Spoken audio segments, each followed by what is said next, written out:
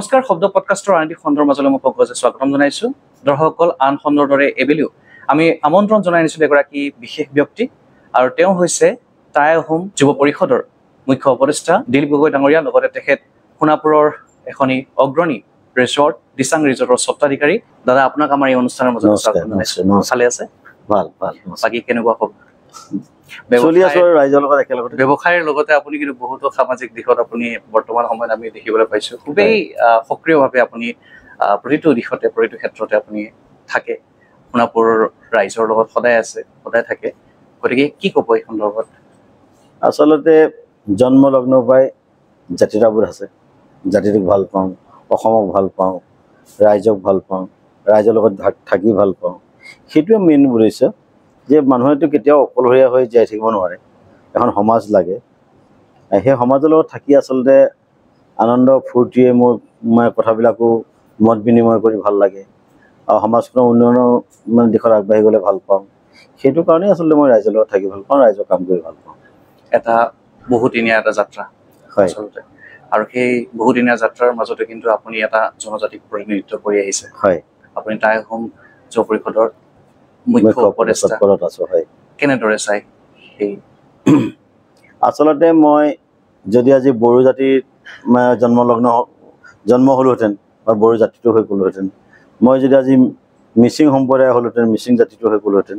আৰু এনেকুৱা কথা নহয় যে আমি 6 জনগোষ্ঠী জনজাতিকৰণৰ কথাও কওঁ টাই আহোম যুৱ পৰিষদৰ হিচাপে বা টাই আহোম জাতি হিচাপে, আৰু সৰ্বাংগীন অসমৰ উন্নয়নৰ কথাও কওঁ যে অসমত যিমান জাতি জনগোষ্ঠী আছে, খিলঞ্জীয়া লোকসকল আছে, ভূমিপুত্ৰসকল আছে, চবৰে আমি উন্নতিটো বিচাৰোঁ আৰু চবৰে আমি এক হৈ থকাটো বিচাৰোঁ।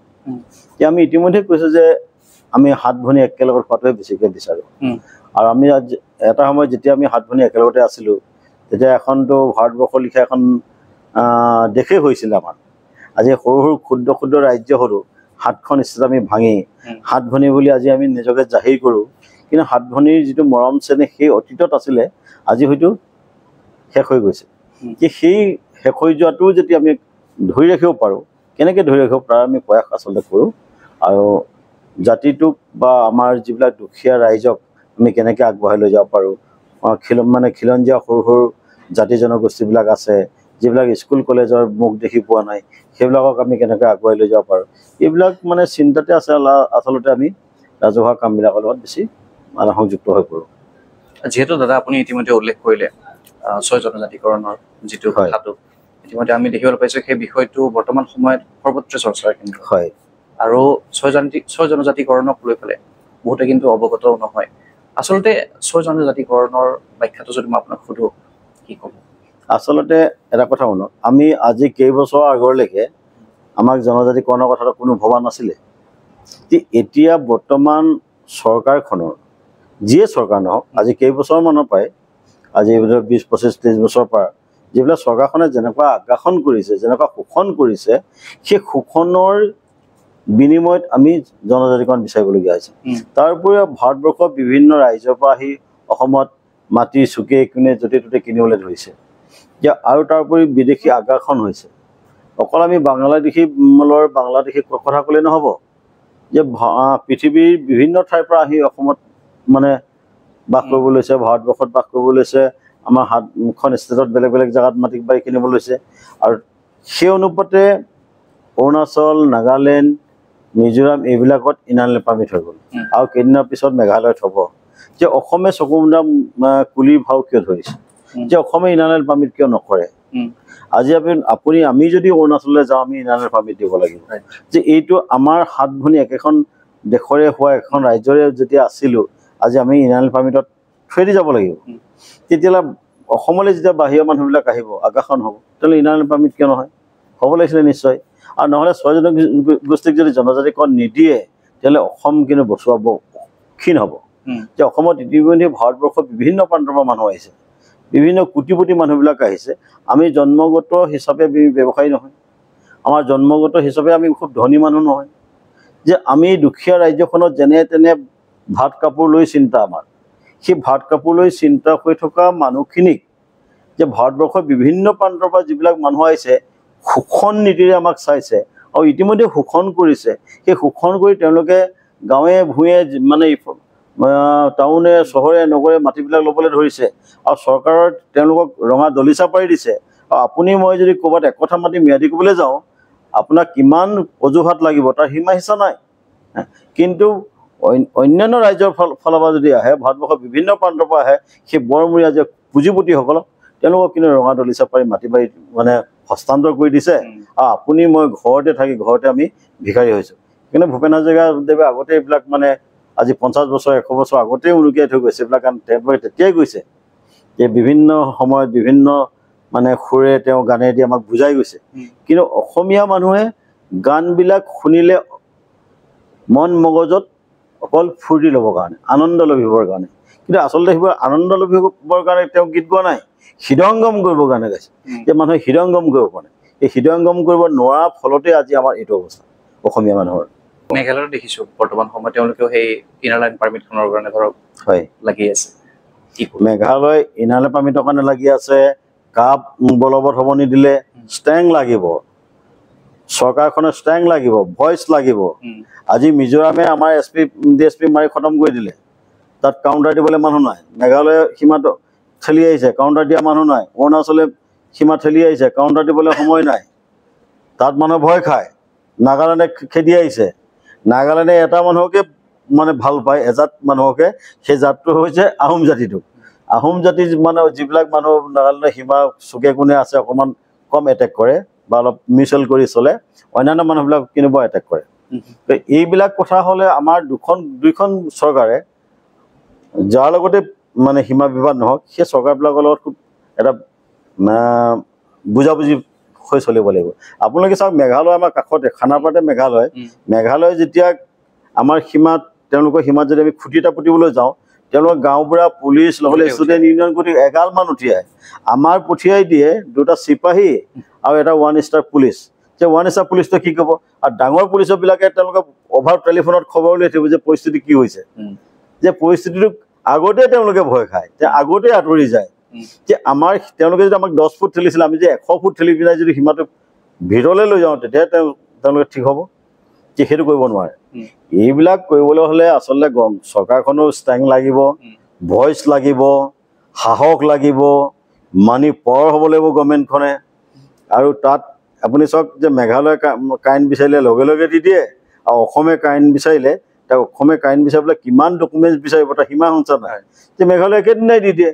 মেঘালয়ৰ পৰা যদি কাৰেণ্টটো পায় তে মেঘালয় গভৰ্ণমেণ্টক ছাপোৰ্ট কৰিব, মেঘালয় গভৰ্ণমেণ্টক ভোট দিব নে অসম চৰকাৰক ভোট দিব? অসম চৰকাৰে ভোট হেৰুৱাই আছে। তেনেকুৱাবিলাক কথা।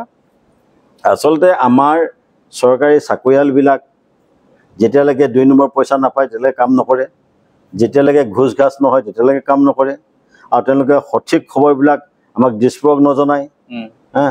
যে এই এনেকুৱাবিলাক ঠেলা ঠেলি হোৱাৰ কাৰণে আচলতে আজি আমাৰ অসমীয়া মানুহৰ, যে অসমত থকা খিলঞ্জীয়া মানুহৰ এই অৱস্থা হৈছে। আৰু একতাটো তেওঁলোকৰ কিন্তু মানিব লাগিব, তেওঁলোকৰ বণ্ডিং যিটো আছে। মই কৈছোৱে যে তেওঁলোকৰ যিটো মানুহ একতা আছে, সেই একতাটো আমাৰ নাই।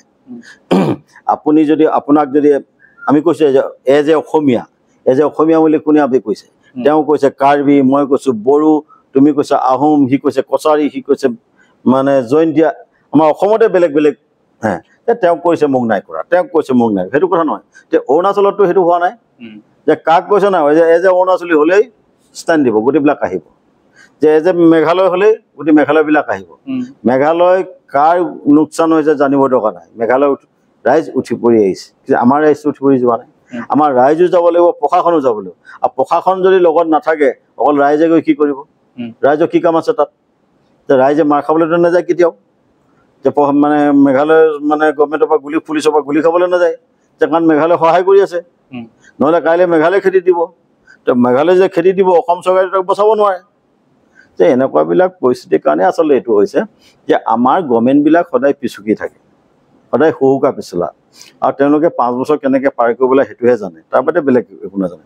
বাকী আপোনালোকে জানেই আৰু আলাউদ্দিনৰ বন্দী, যে ইলেকশ্যন মানে ৰাজনীতি কোনে কৰে? যাক ইজিমনি লাগে এইবিলাক মানুহে কৰে, যাক ইজিমনি নালাগে ইলেকশ্যন বা খেলিবলৈতো নাযায় কোনো, বা পলিটিক্স নকৰে, হয়নে নহয়?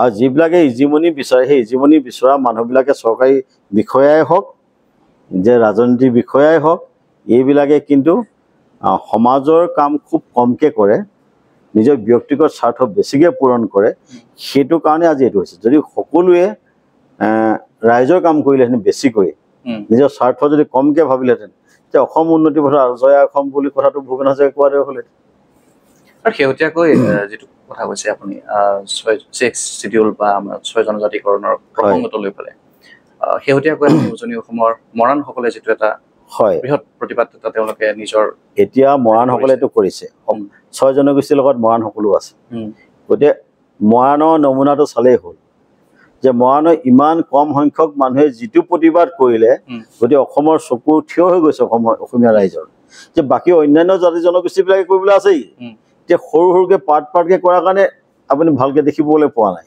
যদি গোটেই মানুহবিলাক একেবাৰে ৰাজপথত উঠি আহে তেতিয়া নেপালৰ দৰে পৰিস্থিতি হৈ যাব যে সেনেকুৱা এটা পৰিস্থিতিৰ সৃষ্টি নকৰাৰ কাৰণে অসম চৰকাৰে অলপ চকু দিয়ক আৰু 6 জনগোষ্ঠীক জনজাতিকৰণ কৰিব লাগিব তাৰ ইউনাইটেড নেশ্যনে কেতিয়াবাই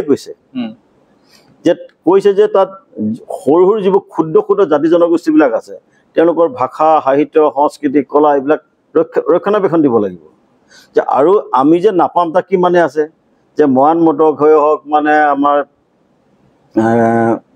চুতীয়াই হওক আহোমেই হওক আমাৰ যিকেইটা 6 জনজাতিকৰণ কৰিব লাগে সেই জাতিবিলাকৰ এটা খাদ্য প্ৰণালীৰ কথা আছে ড্ৰেছ পাতিৰ কথা আছে যিবিলাকে ঐশ্বৰিক কথাটো ভাবে চিন্তাধাৰা কৰে যে আমি কিবা এটা হ'লে জড়িগুটি লৈহে প্ৰথম মানে বেমাৰ আজাৰ হ'লে সেইটোলৈ যাওঁ ঝাৰ ফুকটো যাওঁ জড়িগুটি যাওঁ গছপাত খাওঁ কিবা খাওঁ এইবিলাক খাই আমাৰ প্ৰথম বেমাৰটো ঠিক কৰিবলৈ বিচাৰোঁ যে এইবিলাক এটা হ'ল সেইটো এটা নমুনা যে আমাৰ কি কালচাৰ তাত 11টা পইণ্ট আছে এই 11টা পইণ্টত এইবিলাকো সোমাই গৈছে আমাৰ নিজৰ কালচাৰটো আছে ড্ৰেছ পাতিৰ কথা আছে দোৱানৰ কথা আছে আমাৰ ভাষাটো আমি যিটো কথা কৈ আছোঁ সেইটোতো আহোম ভাষাৰ বেলেগ এটা ভাষা এইটো মানে সৰ্বাংগী অসমীয়া ভাষা এটা গতিকে এইবিলাকত আমি লেটা পোক খাওঁ যিটো মুগা বুলি কয় আমি লেটা পোক খাওঁ কেঁকুৰা খাওঁ ভেকুলী খাওঁ মাছ শামুক খাওঁ গতিকে সেইবিলাক আপুনি যদি চাই আমি গছৰ তলত পূজা কৰোঁ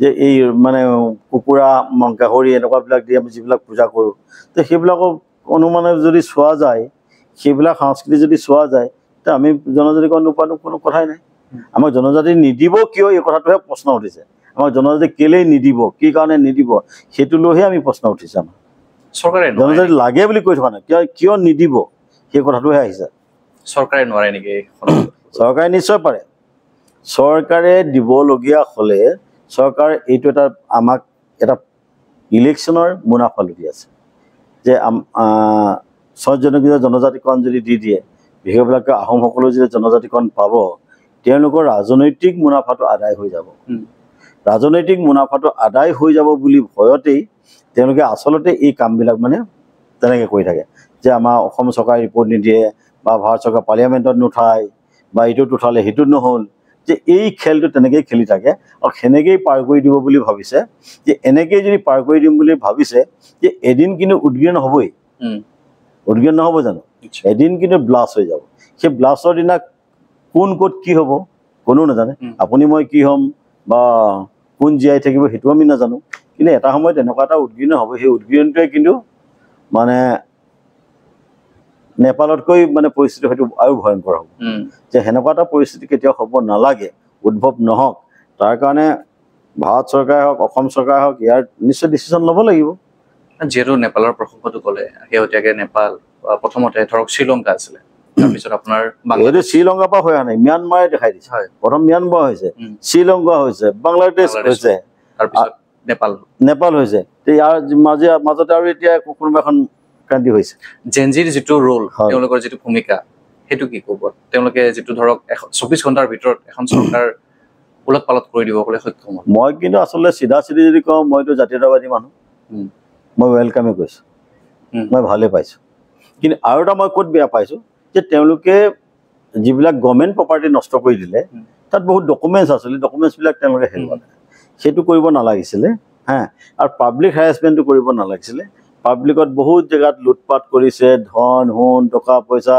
মানে গ্ৰচাৰী একদম এটা অৰাজকতা সৃষ্টি হৈছে সেই অৰাজকতাৰ মই কেতিয়াও পক্ষপাতি নহয় মই সেইটো ভাল নাপাওঁ বাকী যিবিলাক কৈছে কৰাপশ্যনৰ ওপৰত যিটো মাত মাতিছে কৰাপশ্যনৰ ওপৰত মাত মাতিছে মই ভাল পাইছোঁ হা কৰাপশ্যনৰ ওপৰত মাত মাতিছে কাৰোবাক 2-4 চাত লগাই দিছে সেইটোও ভাল পাইছোঁ কিন্তু বাকী যিখিনি বেছিকৈ অত্যাচাৰী কথাটো কৈছে যে যিটো আইন হাতত লৈছে আইন হাতত তুলি লোৱাটো মই বেয়া পাইছোঁ চৰকাৰী কাৰ্যালয়ৰ গোটেই সম্পূৰ্ণৰূপে তেওঁলোকে সেইবিলাক মই বেয়া পাইছোঁ সেইবিলাক কেতিয়াও হ'ব নালাগে তাতে এখন আগৰ ব্যৱসায়ী হিলটন বুলি এখন হোটেল নতুনকৈ কৰিছিলে এইটোতো তেওঁলোকৰ প্ৰপাৰ্টি ৰাজ্যখনেই প্ৰপাৰ্টি সেইবিলাক নষ্ট কৰিছে বা পাব্লিক প্ৰপাৰ্টিবিলাক নষ্ট কৰিছে পাব্লিকৰতো কোনো দুখ নাই আৰু গভৰ্ণমেণ্ট মানে প্ৰপাৰ্টিৰ ওপৰত দুখ নাই নহয় 2-4জন মানুহৰ ওপৰতে দুখটো আছে যি 2-4জন মানুহে তেওঁলোকক অন্যায় কৰিছে যি 2-4জন মানুহে তেওঁলোক মানে লুটি পুটি খাব বিচাৰিছে সেই 2-4জনক যি তেওঁলোকে শাস্তিমূলক ব্যৱস্থা কৰিব পাৰে সেই লোকতো তেওঁলোকৰ নিজাববীয়া কথা কিন্তু অন্যান্য যিবিলাক সম্পত্তি নষ্ট কৰিছে এইটো বেয়া কথা কৰিছে আৰু সেই সম্পত্তিবিলাক নষ্ট কৰিলে তেওঁলোকৰে লোকচান হ'ব আৰু বাহিৰৰ দেশৰ পৰা যোৱা ধৰক আমাৰ ভাৰতৰ বহুতো তাতে ধৰক বিশেষকৈ ভাৰতীয় মানুহে বেছিকৈ তাত ব্যৱসায় কৰি আছে সাংবাদিককো তেনেকুৱা অপদস্থ কৰা দেখা গ'ল বহুতো ধৰণৰ সেইবিলাকতো তেওঁলোকে অৰাজকতা কৰিছে সেইবিলাকক আমি সেইবিলাক আচলতে এটা চাম থাকে যে আমিও মানে ৰাজহুৱা কামবিলাক কৰোঁতে নিশ্চয় গম পাওঁ আমি কেতিয়াবা অসম বন দিছোঁ যে অসম বন দিয়ে আমাৰ ল'ৰাই ক'তো শিলগুটি এটা নামাৰে আমাৰ পূৰা হিচাপ নিকাচ থাকে কিন্তু অন্যান্য 2-4জন তাতে মাজতে আহি ক'ৰবাত শিলগুটি এটা মাৰি গতিকে আমাৰ সংগঠনটোকে বদনাম কৰি দিয়ে যে এনেকুৱা 2-4জন আছে এনেকুৱা থাকিব পাৰে আৰু তেনেকুৱা হয়তো তেওঁলোকৰ মাজতো বহুত অপ্ৰীতিকৰ ঘটনা ঘটিছে বা তেনেকুৱা মানুহত বেলেগ মানুহ সোমাই গৈছে সেইবিলাক মানুহে লুটপাট কৰিবলৈ বিচাৰিছে আপুনি দেখিব গাড়ী এখন যদি ৰাস্তাত এক্সিডেণ্ট হয় প্ৰথমতে তেওঁ এক্সিডেণ্ট যাক ধৰিবলৈ যায় উঠাবলৈ যায় আচলতে উঠাবলৈ নাযায় তেওঁ ঘড়ীটো মোবাইলটো মানি পাৰ্চটোৱে মাৰিবলৈ যায়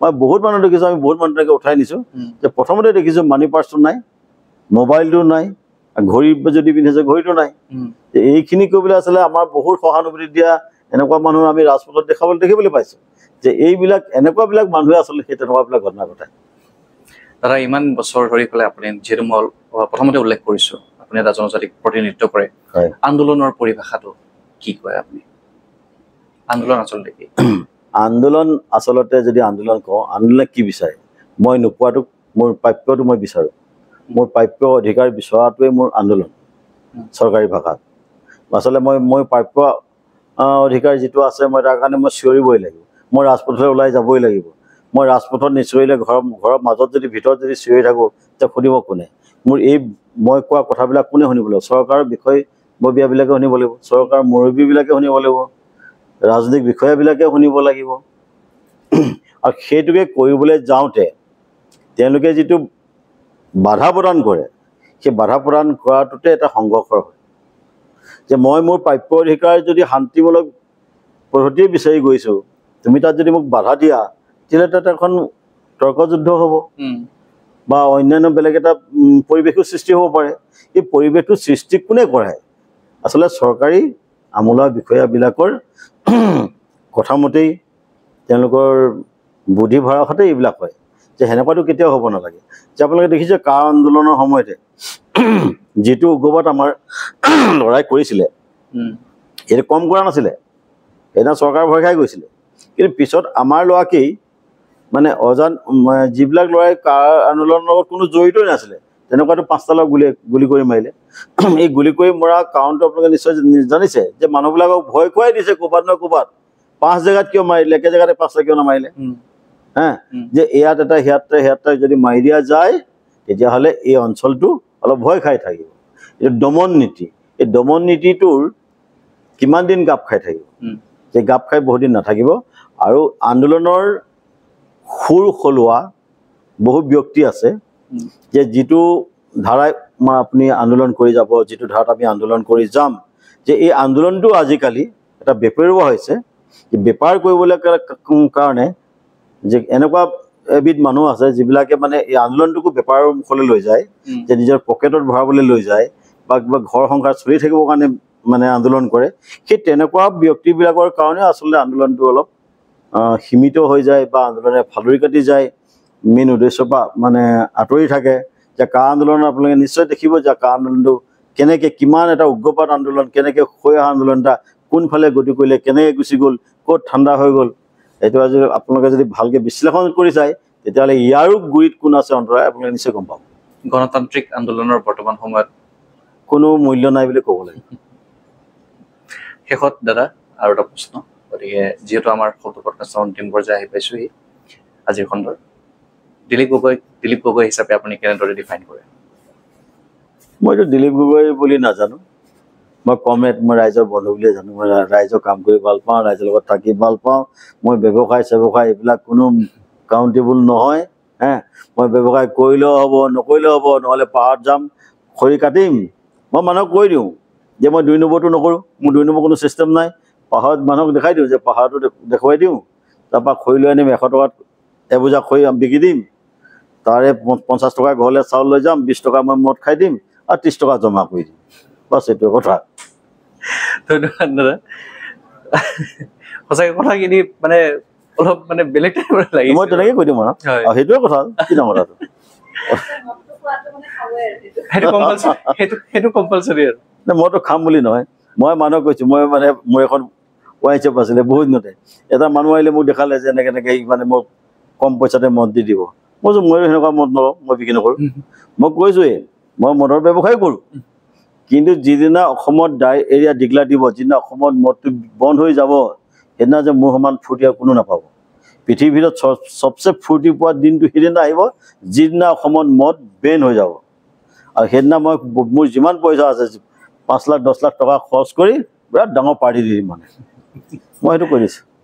বহুত বহুত ধন্যবাদ দাদা, আৰু শুভেচ্ছা থাকিলে আপোনাৰ আগন্তুক সকলো পৰিকল্পনা কাৰ্যসূচী যি আপুনি লৈছে, পন্থা ভাবিছে, সেই সকলো সফল হওক তাৰ কামনা কৰিছোঁ।